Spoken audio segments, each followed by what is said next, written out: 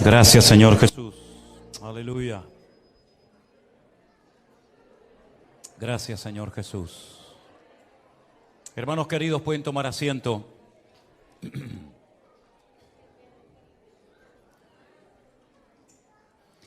Me gustaría decirles a todos ustedes que para que un culto funcione, para que salga, digamos, bien, como por ejemplo este de hoy, hay hermanos que no se les ve, pero que su trabajo es tremendamente importante y necesario. Por ejemplo, en esa parte de allá arriba, en ese balcón, que a veces no se ve muy bien de aquí abajo por los focos, ahí hay hermanos que están siempre en los cultos, en las cámaras, en el sonido, en las letras, en todo lo que se hace, la retransmisión, para que centenares y miles de hermanos nuestros en este momento puedan estar disfrutando de este culto. No solamente hay hermanos constantemente allá arriba, también está nuestra hermana Canderina traduciendo los cultos al inglés, porque hay personas que nos piden que ellos no hablan español y quieren escuchar también el mensaje en inglés. Hay hermanas que van a salir ahora de un momento a otro a la escuela dominical a atender a los niños, ¿verdad? Así que siempre hay un grupo de hermanos que tal vez no se ven, que están en diferentes lugares, pero yo creo que se merecen un reconocimiento por nuestra parte en esta tarde y con todo nuestro cariño le damos este aplauso a ellos por su trabajo excelente. Gracias, que Dios les bendiga. Gloria a Dios. Ellos no buscan este aplauso, ni honra, ni reconocimiento, pero es importante tener en cuenta que a veces hay hermanos que están trabajando, ¿verdad? Ahí en la oscuridad, nunca mejor dicho, pero que sin embargo hacen un trabajo excelente que aporta mucha luz y mucha bendición a muchos hermanos que están en este momento ahí pendientes en sus casas. Tenemos iglesias enteras, nuestros hermanos de San Francisco, nuestros hermanos de Las Vegas, nuestros hermanos de México y en muchos lugares que delante de una pantalla tal vez como esta, pues están ahí ahora mismo sentados pendientes de recibir la palabra del Señor y bueno, tenemos que hacer siempre las cosas bien, lo mejor posible, porque muchos hermanos nuestros en este momento dependen de la retransmisión de este culto, ¿no?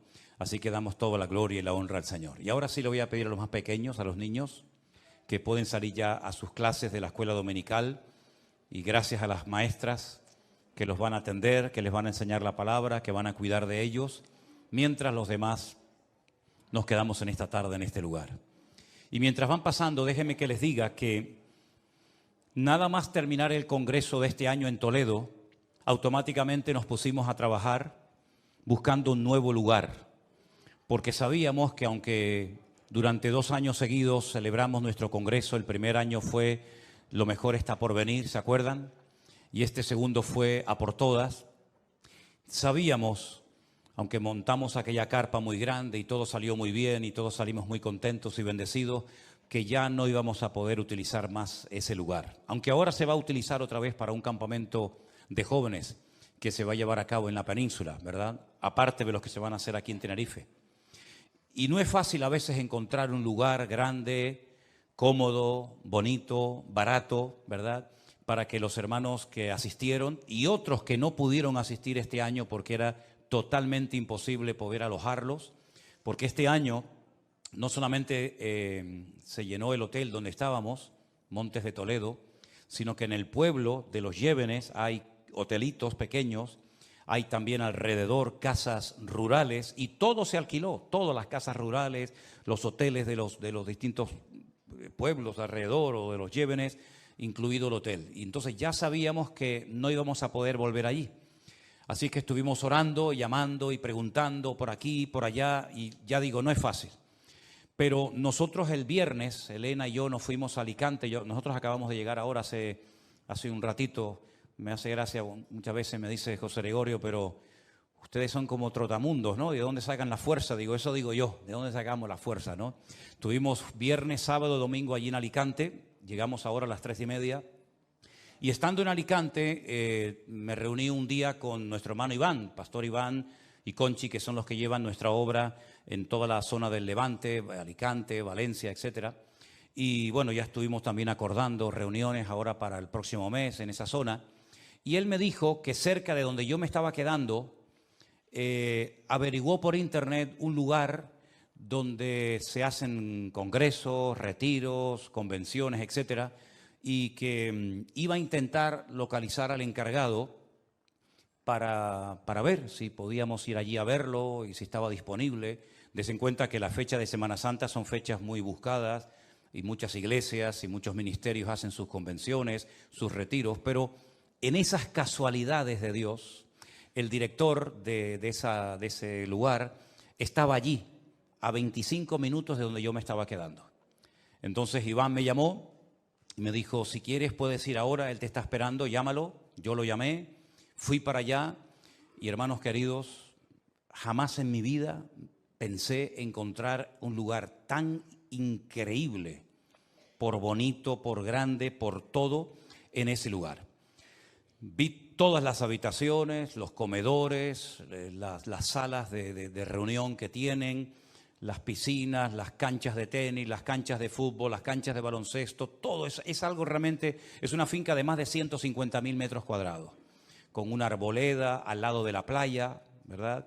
Bueno, un lugar realmente extraordinario. Muchas de las habitaciones, sobre todo las que están en la última planta, ahora se van a pelear porque todos van a querer ir a la última planta, pues tienen una terraza con vistas al mar. Bueno, realmente un lugar espectacular. Y quiero decirles, para la gloria del Señor, que después de mucho orar y después de mucho buscar, mañana lunes vamos a hacer un ingreso para reservar ese lugar donde sin ningún problema, como mínimo 400 personas se van a poder quedar el próximo año en el Congreso. Lo que les quiero pedir es que no empiecen a ahorrar la semana anterior al Congreso. Empiecen desde ahora, a ahorrar, porque yo quisiera que todos los que están en esta sala en esta tarde y todos los que nos están viendo en esta tarde hicieran un esfuerzo por poder estar el próximo año en Semana Santa. La Semana Santa del año que viene coincide, creo que, con el último fin de semana de marzo y la primera semana de abril. Es una fecha un poquito diferente a la de estos años, pero quiero decir, para la honra y para la gloria del Señor, que hemos encontrado un lugar precioso. No se pueden. Yo tenía la tentación de esta tarde ponerles unas imágenes de dron que nos han dado con las habitaciones, pero no se las voy a enseñar. Otro día. Cuando venga de Guatemala, Dios mediante, a lo mejor me animo y se las pongo un domingo. Pero créame que ustedes van a decir, qué sitio tan hermoso.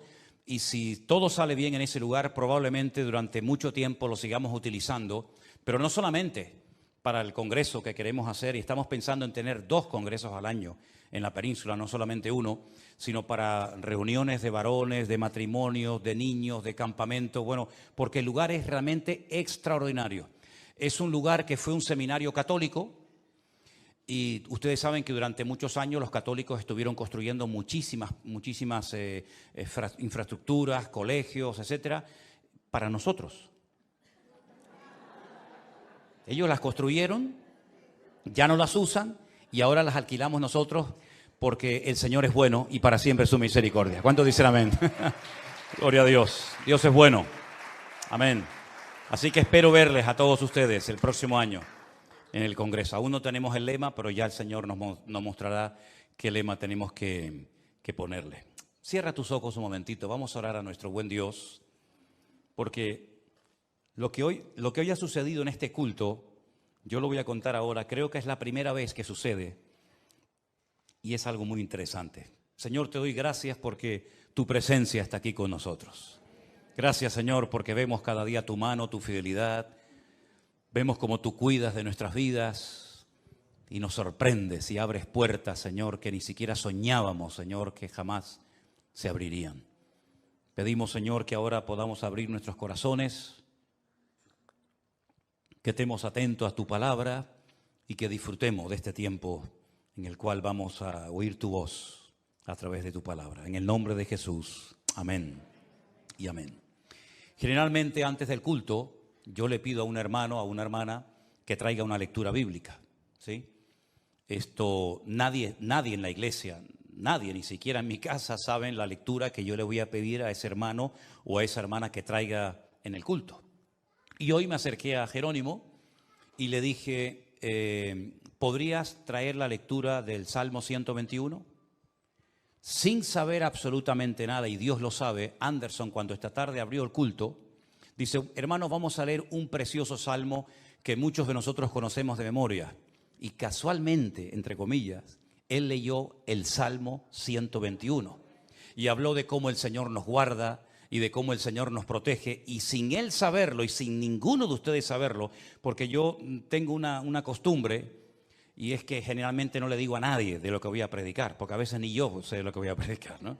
Entonces fue realmente impactante para mí que se abriera el culto con el Salmo 121, que después se volviera a leer como lectura del culto el Salmo 121, y habláramos de este salmo en esta tarde. Pero quiero ponerles una fotografía de un periódico que yo hoy, mientras estaba en el aeropuerto de Alicante, estaba leyendo, y me impactó esta frase: un milagro tras 40 días perdidos en la selva colombiana. Y cuando leí un milagro, bueno, ya sabía lo que había sucedido. Ahí tienen la imagen de ese avión que cayó hace 40 y pico días atrás, donde los adultos que iban en el avión, incluidos los padres de estos niños, murieron, y donde 4 niños quedaron vivos.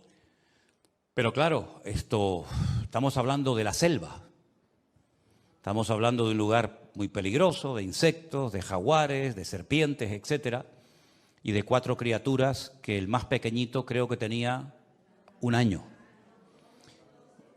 y la más grande, que era la niña, 12 o 13 años, y han sobrevivido durante 40 años, y el periódico que leía esta mañana, 40, ¿qué dije? 40 años. No, ya, eso ya sería mucho milagro. Es que tengo las cifras bíblicas en la cabeza. 40 días, ya está bien, ¿eh? 40 días. Yo me preguntaba si nosotros o yo me hubiera caído en esa selva, yo no sé lo que hubiera pasado, si hubiera sobrevivido, ¿no? Dicen que eran niños indígenas, que estaban más o menos acostumbrados a esa vida, pero sea como sea, sobrevivir esos 4 criaturas durante 40 días es un milagro, como bien dice ahí, ¿no? Y pensando en esto de cómo Dios, porque yo le atribuyo todo al Señor, no voy a decir la naturaleza, la providencia, yo le atribuyo todo a mi Señor, ¿sí? Pues yo pensaba en cómo el Señor a nosotros también nos ha protegido, no durante 40 días, sino durante toda nuestra vida. Incluso yo me atrevería a decir que no comenzó el Señor a cuidarnos y a poner su mirada en nosotros desde el día que nos convertimos. No. Desde el vientre de nuestra madre, estoy plenamente convencido que el Señor ya tenía un propósito y un plan para nuestras vidas. Y Él sabía que tú y yo íbamos a conocerle y a estar esta tarde en este lugar. Yo lógicamente no lo sé, pero mi madre me contó que cuando ella estaba con 8 meses y pico de embarazo mío, en Venezuela, subiendo unas escaleras, de repente salió un perro y se asustó y cayó de espalda y salió rodando por la escalera, y la tuvieron que ingresar y pensaban que podía perder a este que está aquí, ¿no? Y estuvo ingresada porque dice que me desprendí. Yo siempre he querido estar desprendido. Siempre, no me ha gustado que me haga, siempre he querido estar desprendido, hasta desde el vientre de mi madre, ¿no? Y cuando yo nací, mi padre dice que lo primero que le preguntó al médico es si vine normal, si vine entero. El médico dijo que sí, pero algunos lo han dudado, ¿eh? Hermanos queridos, desde el vientre de nuestra madre, nuestro embrión vieron tus ojos, dice la palabra. Y Él nos entretejió, nos formó en el vientre de nuestra madre. Hubiera sido maravilloso haberle conocido al Señor desde pequeñitos, ¿verdad? Como tal vez algunos de ustedes en esta tarde pueden decir, ese es mi caso. Pero en la mayoría de nosotros no fue así. Le conocimos cuando ya teníamos una edad, ya éramos, digamos, adultos, y por eso tomamos la decisión de seguir al Señor. Y yo puedo dar testimonio de que el Señor me ha guardado desde niño. Yo he tenido tropiezos, caídas, se me han partido un montón de huesos, la ceja varias veces, el húmero, la clavícula 2 veces, estos 4 dedos, esta ceja por un lado, por otro lado. Bueno, he tenido un montón de accidentes, montón de caídas, montón de tropiezos. Antes de conocer al Señor, y ya el Señor yo sé que me cuidó para esta hora de mi vida. Imagínense después de haberle conocido, la cantidad de veces que el Señor te habrá cuidado.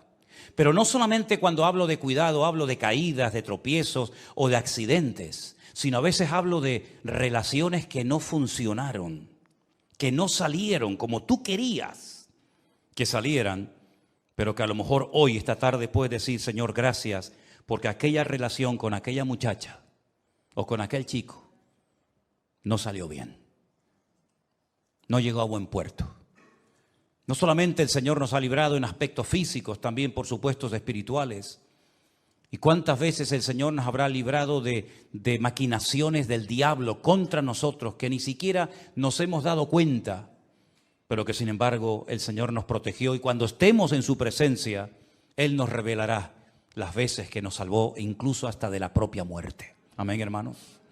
Podríamos contar, Armando y yo, testimonios de cuando estuvimos en África, perdidos, con las ruedas de la moto que llevábamos, tanto una como otra, pinchadas, tirados ahí en medio de la nada. Y estoy plenamente convencido que aquella persona que se nos acercó durante el tiempo que estábamos allí tirados en la selva era todo un ángel. Estoy totalmente convencido. Porque lo que vieron mis ojos en aquel momento allí en Kenia, ya casi llegando al Sudán, al norte, pues es algo que todavía no le encuentro una explicación. Porque una persona con una mano no puede cambiar una rueda de la moto trasera, abrirla así, sacar lo que lleva dentro, arreglarla y salir prácticamente de la nada. Pero en fin, sea como sea, aquí estamos con ayuda y con la gracia del Señor. Y Él nos ha protegido y todavía lo que nos guardará y nos protegerá, porque la mano del Señor está con nosotros. Amén, hermanos. Y cuando uno analiza desde el principio de la Biblia hasta el final, claro, este mensaje podría durar horas y horas, días y días. Porque cuando uno analiza personajes, por ejemplo, Noé, un hombre que recibe la revelación de que va a caer una catástrofe mundial, un diluvio. Jamás en la vida había ocurrido eso. No había ni un punto de referencia al cual pudiera mirar Noé y decir: ya esto sé cómo es, porque ya sucedió en el pasado. Era la primera vez en la historia que iba a llover de arriba abajo, porque la Biblia cuenta que en aquel tiempo no se regaba la tierra de esa manera, sino con un vapor que salía de la tierra. Y él se preparó durante 120 años, pero enfatizamos el hecho de que él construyó un barco gigantesco. Sí, es verdad, pero ¿y los animales de qué comieron durante el año que estuvo en el arca? El agua que consumían, el alimento que consumían los animales, los cientos de animales que había allá adentro, y él y su familia y sus hijos y las esposas de sus hijos durante un año, agua, comida, etcétera. Fue un trabajo tremendo. Y cuando se desataron las cataratas del cielo, dice la Biblia que todo el mundo se anegó y quedó bajo agua. Pero la palabra de Dios nos dice que él sobrevivió. Y cuando él sale, se encuentra un mundo totalmente renovado, transformado. Ya el planeta Tierra nunca más volvió a ser lo que había sido. Digamos que se encontró una tierra nueva. Pero la palabra de Dios nos dice que Él lo protegió durante el tiempo del diluvio. Y fíjense dónde construye el arca y dónde termina el arca, en el Cáucaso. Allá arriba, en miles y miles de metros de altura. Allí se quedaron como restos para la posteridad las toneladas de madera del arca de Noé. Cómo Dios protegió a esa familia de una forma milagrosa, de hambre, de frío, de tormentas. Y podemos contar su historia porque vemos que el Señor lo protegió y el Señor lo cuidó. Y cuando hablamos de Abraham, podemos decir miles de cosas de Abraham. Pero ahora pónganse en el pellejo, pónganse en la piel de este hombre. Un hombre que vive en un país a miles de distancia de donde Dios lo quiere llevar. No es un camino fácil, es un camino probablemente de semanas, de meses y tal vez hasta de años. Por un camino que nunca había transitado. No sabía en el fondo a dónde iba. Dice que Dios lo iba dirigiendo día a día. Y cómo Dios lo protegió. de bestias salvajes, de serpientes, de escorpiones, de enemigos, de salteadores del desierto, y Dios lo llevó desde Ur de los Caldeos hasta la tierra de Canaán, porque ese era el propósito y el plan de Dios para su vida. Lo protegió del calor, del frío, de la lluvia, del sol, de todo. ¿Y qué me dicen ustedes de José, su nieto, cuando lo llevan a Egipto, lejos de su familia, sin amigos, sin padres, sin nada? En un país donde no habla el idioma, en un país al que llega como esclavo, y allí permanece durante más de 20 años, y Dios lo protegió en la casa de Potifar, Dios lo protegió en la cárcel, Dios lo cuidó de una forma sobrenatural, porque cualquiera de nosotros se hubiera deprimido y se hubiera hundido en la miseria, en las pruebas terribles por las que tuvo que pasar José. Piensen ustedes en la vida de David. Cuando uno recorre, y lo hemos hecho varias veces, el desierto de Judea, y ves miles y miles de cuevas con un calor terrible, un calor abrasador de más de 50 grados a la sombra, y cómo este muchacho tuvo que huir durante años de un lugar a otro, huyendo de los celos, huyendo de la ira del rey Saúl. Cómo Dios le proveyó el agua, la comida, el alimento, cómo el Señor lo cuidó. Es milagroso. Realmente la vida de David antes de ser rey, por supuesto después también, pero antes de ser rey el Señor lo cuidó. Y a veces tenían que pelear con osos, a veces tenían que pelear contra leones. Realmente es extraordinaria la protección del Señor sobre la vida de David. No me extraña después los salmos tan preciosos que escribió. Y podríamos hablar del apóstol Pablo. Un hombre que fue apedreado, un hombre que fue azotado, un hombre que estuvo como náufrago en varias ocasiones en alta mar, fue torturado, bueno, le hicieron de todo y el Señor siempre lo cuidó. Hasta que al final él dice, he peleado la buena batalla, he acabado la carrera, ya he llegado al final de mi vida. Pero el Señor lo cuidó y el Señor lo protegió. Y fíjense incluso hasta en el mismísimo Señor Jesucristo. Me llama mucho la atención porque este año creo que fue cuando fuimos a Nazaret, nos llevaron a un mirador precioso de todo el Valle de Megiddo desde otra óptica, de otro lugar, una montaña que fue donde subieron a Jesús para despeñarlo. Hermano, si te caes de ahí abajo, te aseguro que te van a partir muchos huesos de tu cuerpo si no mueres. Y la Biblia dice que lo sacaron de la sinagoga y querían despeñarlo, querían matarlo. Y cuando lo van a tirar, dice la Biblia que se soltó de ellos y caminó por en medio y se fue y no le hicieron absolutamente nada. Como el Padre lo protegió de una manera sobrenatural. Y en la tempestad, para que marineros como los discípulos tuvieran miedo, menuda tempestad se tuvo que librar allí. Sálvanos que perecemos, le dijeron los discípulos al Maestro, y el Señor escapó. Y cómo el Padre lo protegió en todo momento, ¿verdad? Por eso no me extraña los salmos tan hermosos que tenemos en la Biblia, como el 121. ¿De dónde vendrá mi socorro? Mi socorro viene del Señor, el que hizo los cielos y la tierra.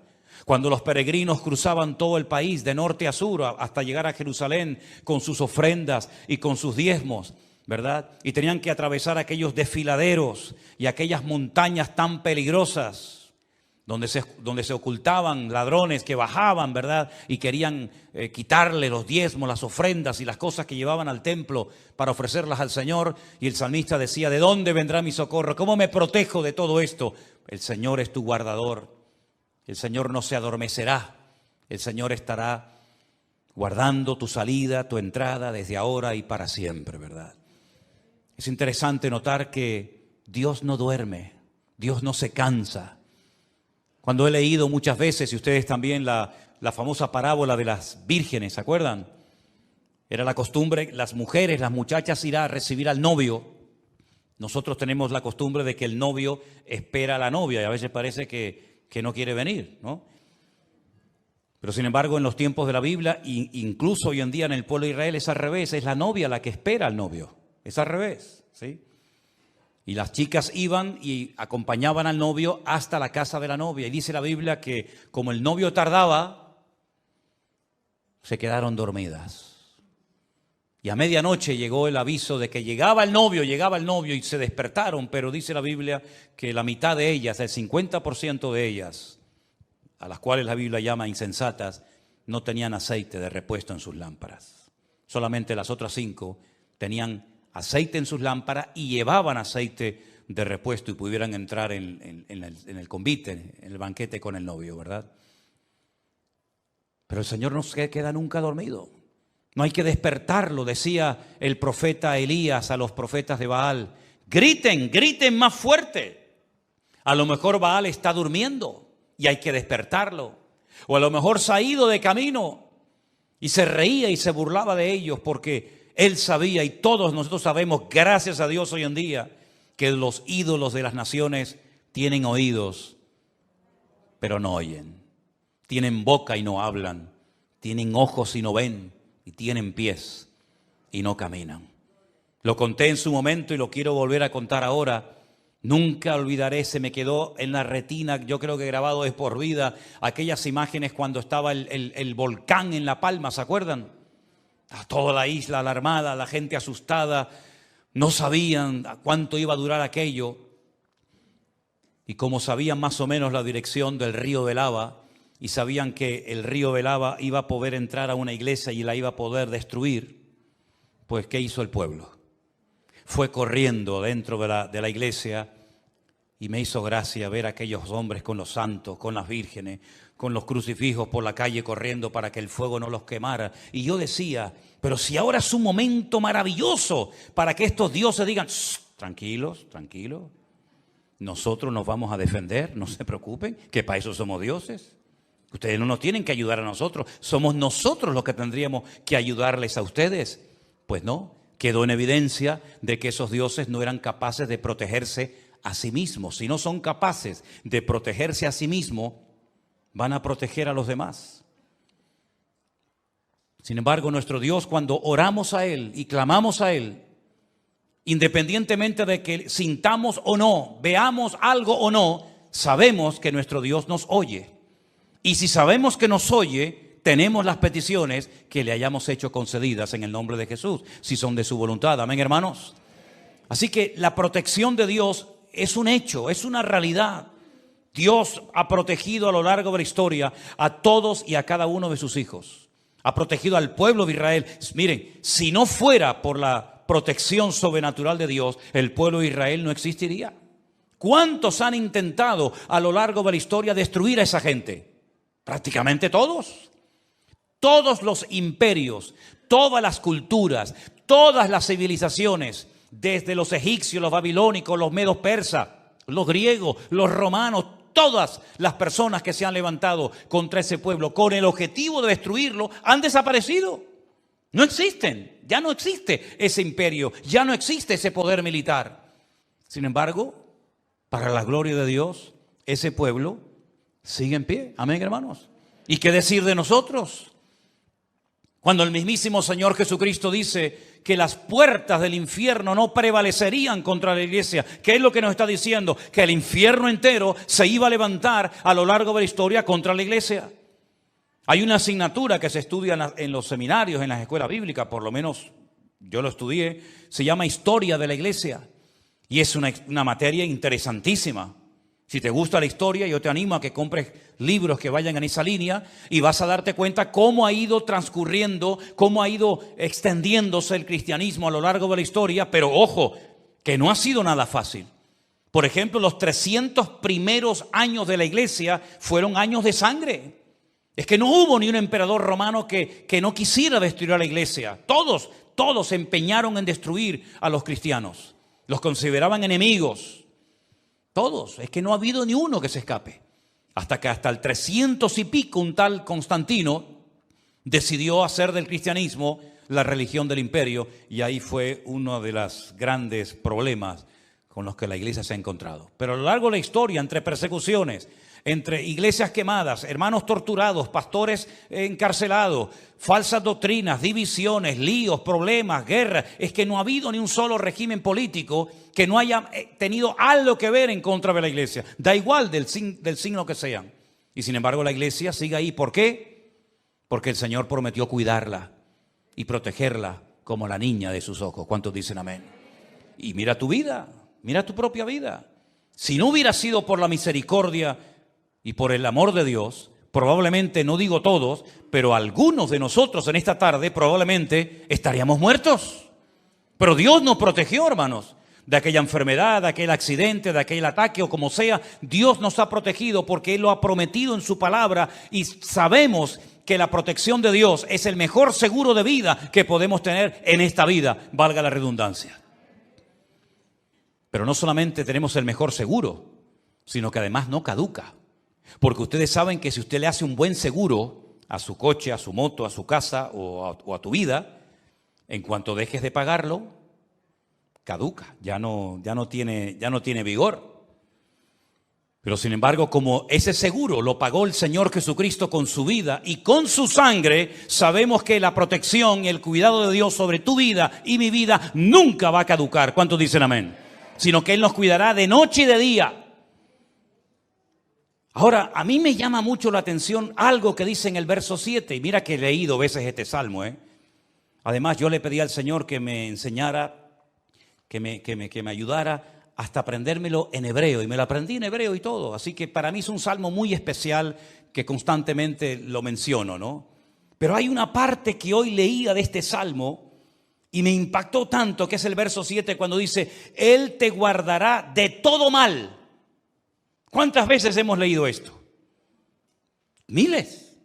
Él me guardará de todo mal.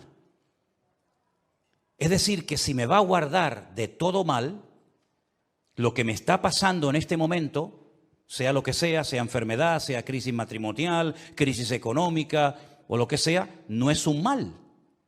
Porque si Él me va a guardar de cosas malas, me va a proteger de que me afecten cosas malas, lo que me está pasando ahora mismo como creyente no es algo malo, es algo permitido por el Señor para mi crecimiento y para mi desarrollo espiritual. Luego, no hay nada malo en tu vida.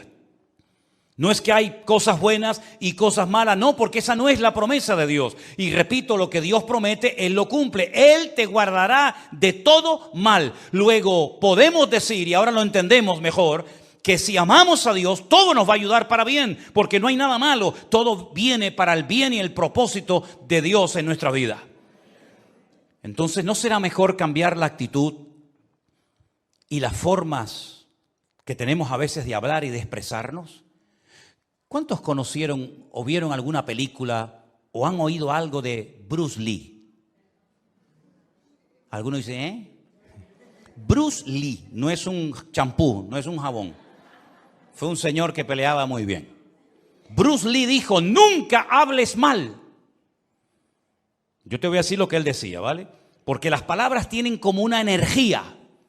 Y tu cuerpo no sabe diferenciar entre palabras buenas y palabras malas. Todo lo que sale por tu boca, el cerebro como que lo capta y te condiciona tu estilo de vida. Claro, cuando uno va a la Biblia, uno se encuentra que por la boca puede salir agua dulce o agua salada, es decir, palabras de bendición o palabras de maldición.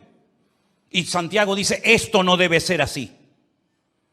En otras palabras, Dios nos ha dado una herramienta tremendamente poderosa, que es el poder de las palabras. Y con nuestras palabras podemos matar a una persona, podemos levantar a una persona o podemos hundirla en la miseria. Con las palabras podemos predicar la palabra, podemos bendecir a Dios o podemos hacer todo lo contrario. Y si nosotros le damos lugar a la queja y salen palabras de queja y de lamento por nuestra boca, lo que estamos haciendo es prolongar nuestra enfermedad y evitar que la bendición de Dios muchas veces venga a nuestra vida por nuestra forma incorrecta y negativa de hablar. ¿Cuántos dicen amén? A mí me llama la atención que el Señor, cuando reprendió a Pedro, no fue porque cantó mal o porque hizo algo mal, sino porque habló mal. De ninguna manera te acontezca esto, Señor. Lo había pensado, pero el Señor no reprendió el pensamiento de Pedro. El Señor no reprendió la sensación de su corazón de decir: ay, qué pena, me van a matar al Señor. No, sino el Señor actúa cuando sale una palabra incorrecta por la boca de Pedro y le dice: apártate de mí, Satanás. En otras palabras, si Dios nos ha dado esta herramienta tremendamente poderosa, ¿no piensan ustedes que lo mejor sería aprender a hablar correctamente antes de hacernos daño a nosotros mismos o incluso a los que nos rodean? A lo mejor algunos de ustedes se criaron en un ambiente donde nunca hubo una palabra de cariño, donde nunca hubo un te quiero, un perdóname. A lo mejor echas de menos todo eso. Pero lo hermoso es que tenemos la palabra de nuestro Dios, que es bálsamo a nuestra alma. Y esa palabra que tal vez no la pronunció tu papá, tu mamá, tu amigo, quien fuera, la vas a encontrar en la palabra de Dios. Y esa palabra que va a traer calma y va a traer paz y va a traer libertad a tu mente y a tu vida, la tienes aquí en la palabra escrita de Dios. Y por eso cuanto más la leas y cuanto más la interiorices y cuanto más la practiques y cuanto más la hables, más crecimiento y más madurez espiritual vas a tener en tu vida. Porque la palabra de Dios es medicina a todo nuestro cuerpo, dice la Biblia. Porque la palabra de Dios dice que es viva. Si sientes que te estás enfermando, que te estás debilitando, que te estás muriendo, la palabra dice que la palabra de Dios es viva y es eficaz. Por lo tanto, si la palabra de Dios es viva y es eficaz, pronúnciala. Porque esa palabra surtirá efecto en muchas personas que cambiarán de muerte a vida y encontrarán la paz de su corazón que en este mundo nunca van a poder encontrar. ¿Cuántos dicen amén? Las palabras que salgan por nuestra boca van a traer la bendición de Dios o la van a alejar. Y cuidado con el hecho de que las circunstancias que te rodeen condicionen tu forma de hablar. Y te voy a poner un ejemplo. Jesús fue un día a la casa de unos hermanos. Estos hermanos son muy conocidos, Marta, María y Lázaro. Vivían en Betania. La Biblia dice que mientras una estaba con los quehaceres de la casa afanada, la otra se sentó a los pies de Jesús para oír sus enseñanzas. Para ellos era un privilegio poder tener al maestro ese día en su casa. Estaban contentos. Jesús amaba a Lázaro. Había una amistad. Jesús iba por allí, se quedaba a comer con sus discípulos, a compartir palabras, bendiciones. Pero las cosas cambiaron. Y dice la Biblia que Lázaro cayó enfermo, gravemente enfermo. ¿Qué es lo que hacen ellas? Lo que harías tú y yo, llamar al Señor, clamar al Señor.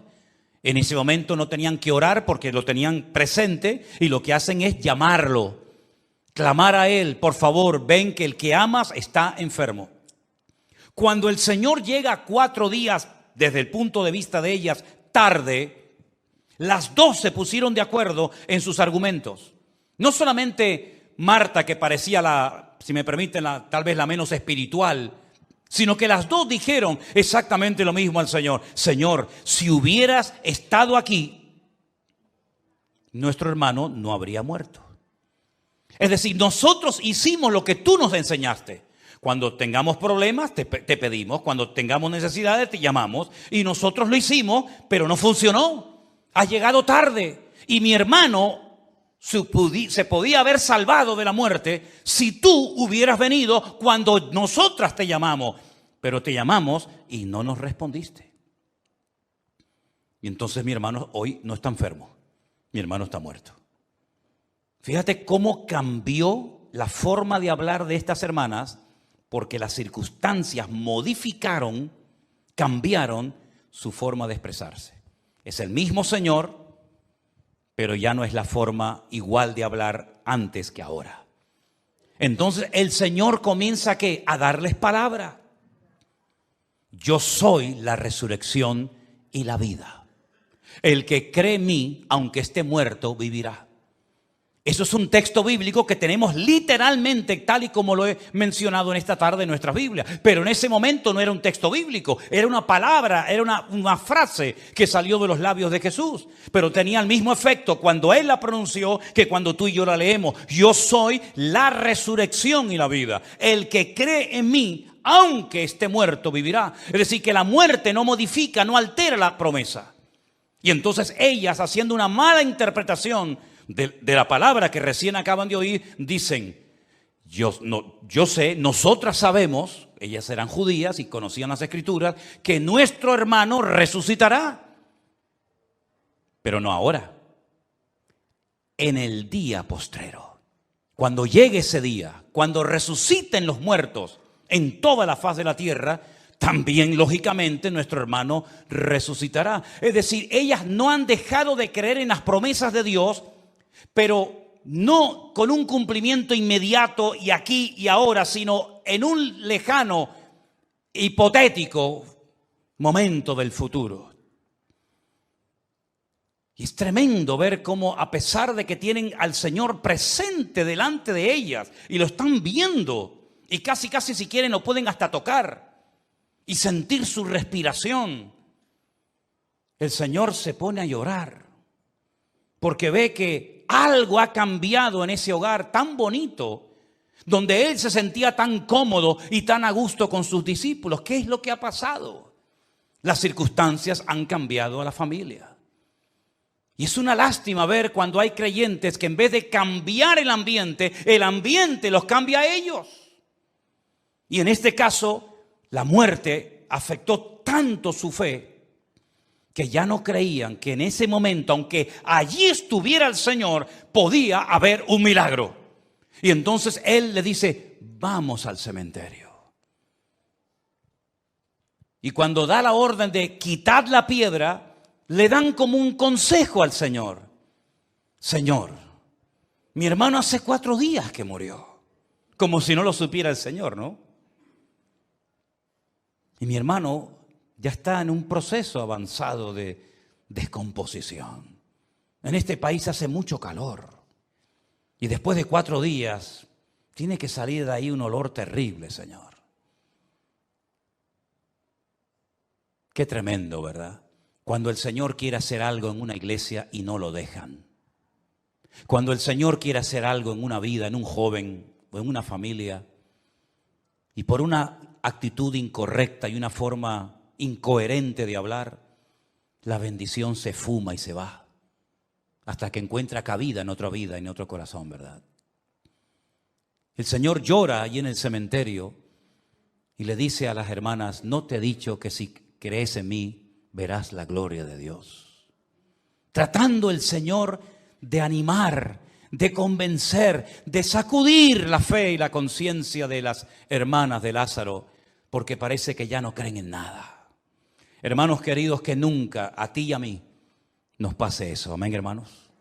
Que nunca, jamás nos oigan hablar aquellos que nos conocieron y digan cómo hablaba del Señor esta persona, cómo testificaba de su Dios, y ahora mira cómo está, desanimado, triste, no cree en nada ni en nadie, todo el día quejándose y lamentándose. Hermanos, que Dios nos cuide y nos guarde de esa actitud de derrota que no glorifica al Maestro, que no glorifica al Señor, sino que nos hunde cada vez más y más en nuestra tristeza y en nuestra miseria moral y espiritual. El Señor saca a Lázaro de la tumba, pero casi como que tiene que convencerla de que no se preocupe, no importa que hace 4 días, como si hace 20 años, da igual. ¿O es que acaso no van a resucitar personas que llevan centenares y miles de años muertos, hermanos? ¿No va a resucitar Abraham? ¿Y cuántos años hace que murió Abraham? ¿No va a resucitar Pedro y Tomás y Santiago y José y María y Jacob? Y los hijos de Jacob, no van a resucitar millones de personas que ya no hay prácticamente nada de ellos. Y aquellos que fueron lanzados al mar, aquellos que murieron en un accidente aéreo, aquellos que murieron en una explosión, ¿no van a resucitar esos miles y millones de seres humanos, sí o no? Pues ¿cuánto más va a resucitar Lázaro, que lleva solamente 4 días muerto? ¿O es que acaso el Señor no puede levantar un muerto de 4 días? Cuando va a resucitar a millones de personas que ya no están ni en el polvo, ¿verdad? Hermanos queridos, Él te guardará de todo mal, pero guárdate tú también. El Señor guardará tu alma, pero guarda tu alma tú también. Selecciona tus amistades, selecciona incluso, fíjate lo que te digo, hasta con quién te vas a rodear y con quién vas a hacer amistad y dónde vas a trabajar y dónde vas a vivir y dónde vas a estudiar. Tú eres el máximo responsable de velar de tu alma, de tu vida. El alma es la vida, es el nefes, es lo que le da vida a nuestra vida, vaya. El Señor guardará tu salida y tu entrada, desde ahora y para siempre. No será por un tiempo decir, bueno, ya lo bonito se acabó. Como dijo aquella, ¿no? Yo sabía que esto iba a acabar mal porque todo lo bueno acaba pronto. Eso es tal vez el concepto que el mundo tiene. Pero nosotros sabemos que nuestro Dios es un Dios fiel, que nos va a proteger cuando seamos jóvenes y cuando seamos viejos. Por eso dijo el rey David, yo fui joven y ahora he envejecido, pero mi Dios sigue exactamente igual. Yo fui joven, ahora he envejecido, pero nunca he visto a un justo desamparado ni a su descendencia que mendigue pan. Porque nuestra protección no depende de nuestra vitalidad física, ni de nuestro patrimonio material, ni de nuestra capacidad de movernos y de actuar y de hablar. No, no. Y aunque estuvieras postrado en una cama, y aunque no pudieras moverte, y aunque no pudieras hablar, la protección del Señor va a ser exactamente igual, desde ahora y para siempre. Cuando eras joven y te buscabas la vida, dice el Señor, bueno, ibas a donde querías, pero cuando seas viejo te ceñirá otro, pero igualmente yo estaré con vosotros todos los días hasta el fin del mundo. Por consiguiente, hermanos, la vida cambia, la vida fluctuante, las modas, los tiempos, las situaciones, las circunstancias. Lo importante es que tú no cambies. Y si cambias, cambia para bien y no para peor. Permítame llevarles al último libro de la Biblia y leerles algunos versículos que yo creo que nos van a ayudar mucho a tener claro que el Señor estará con nosotros siempre y nos va a cuidar y a proteger, pero nosotros somos responsables de nuestros actos. En el libro del Apocalipsis, en el capítulo 2, cuando ya el Señor da las últimas palabras que tenemos de Él registradas en nuestras Biblias, le habla a una serie de iglesias que son representativas de toda la iglesia a lo largo de la historia. Porque algunas veces me han preguntado, pero en esta época en la que se escribe el Apocalipsis, ¿solamente existían estas 7 iglesias? ¿Dónde está la iglesia de Corinto? No se menciona aquí. ¿Y dónde está la iglesia de Roma? ¿Dónde está la iglesia de Tesalónica? Bueno, no significa que no estuvieran. Lo que pasa es que el Señor escogió 7, específicamente estas 7, porque tenía un mensaje que darles a ellas, pero en cierto sentido, repito, representan el desarrollo del cristianismo, de la iglesia, a lo largo de la historia. Y miremos, por ejemplo, el mensaje a la primera. Rápidamente, Apocalipsis 2:1. Escríbele al ángel de la iglesia en Éfeso. Y me llama la atención que no dice, vete y háblales. Apréndete este mensaje de memoria, memorízatelo bien, apréndetelo bien, vas y lo predicas en la iglesia de Éfeso y que Dios les bendiga. No, dice escríbelo. Escríbelo porque, como alguien dijo, las palabras se las lleva el viento. Así que tú escríbelas y le dice, esta es la carta, este es el mensaje que el Señor les dice a ustedes. Conozco tus obras. Eso nos lo está diciendo hoy el Señor a nosotros también. Yo conozco tus obras, tu trabajo, tu paciencia, que no puedes soportar a los malos, que has probado a los que se dicen ser apóstoles y no lo son y los has hallado mentirosos. Has sufrido, has tenido paciencia, has trabajado arduamente por amor de mi nombre y no has desmayado. Pero aunque son cosas extraordinarias que se mencionan aquí, todas, si os dais cuenta, están en tiempo pasado. Has sufrido, has trabajado, habéis probado a los que se dicen ser apóstoles. Todo está en pasado. Pero ¿y el presente cuál es? Tengo contra ti que has dejado tu primer amor.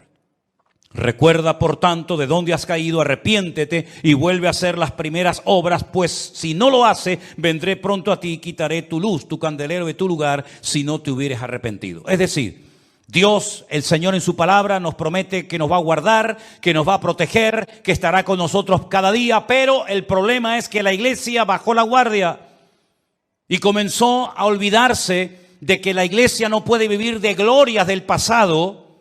Y cuando hablo de la iglesia, hablo también de ti, de mí, lógicamente, sino que cada día tenemos que renovarnos, cada día tenemos que acercarnos al Señor, cada día realmente empezamos de cero. Y el Señor dice, lo que ustedes han hecho en el pasado es maravilloso, tremendo, pero la realidad es que yo ya no soy lo primero en vuestras vidas. Eso es lo que significa, tengo contra ti que has dejado tu primer amor. No es eso que dicen algunos de, bueno, el primer amor es cuando uno se convierte al principio, está como muy ilusionado por la Biblia, muy entusiasmado por las cosas del Señor, pero luego pasan unos meses, unos años y no, eso no es el primer amor. Eso yo no sé quién te explicó a ti eso. Pero eso no significa, así no se interpreta ese texto. El primer amor, la misma palabra dice, el primer amor. Hoy amamos al Señor diferente a como al tiempo cuando yo me convertí, evidentemente. Es como, por ejemplo, en un matrimonio, el amor se va consolidando, ¿no? Ya nos comimos la miel y no nos quedamos en la luna, sino bajamos a la tierra. Pero sin embargo, el primer amor es que Cristo hoy, después de 40 años, sigue siendo lo más importante y lo primero en mi vida. Eso es el primer amor, hermanos. No es que, bueno, hermano, eso se te va a quitar, ya verás, le dicen algunos gente de años a los nuevos. Bueno. Como si tuvieran ganas de que se les fuera eso, ¿no? Hoy leí 10 capítulos de la Biblia. Bueno, ya verás, dentro de 6 meses ya no sabes ni dónde la dejaste. No es eso, mi hermano. El primer amor es que Dios es lo primero en mi vida. Antes que mi marido, mi esposa, mis hijos, mi familia, mi coche, mi moto, mi barco. Antes de todo, Él es lo primero, el número 1 en mi vida. Y esto fue lo que le pasó a la iglesia. Y podríamos ir una por una. Pero como no disponemos de tanto tiempo, a la última iglesia le dice, estáis tibios. Que eso es lo peor que le puede pasar a un creyente, ni frío ni caliente. Dice,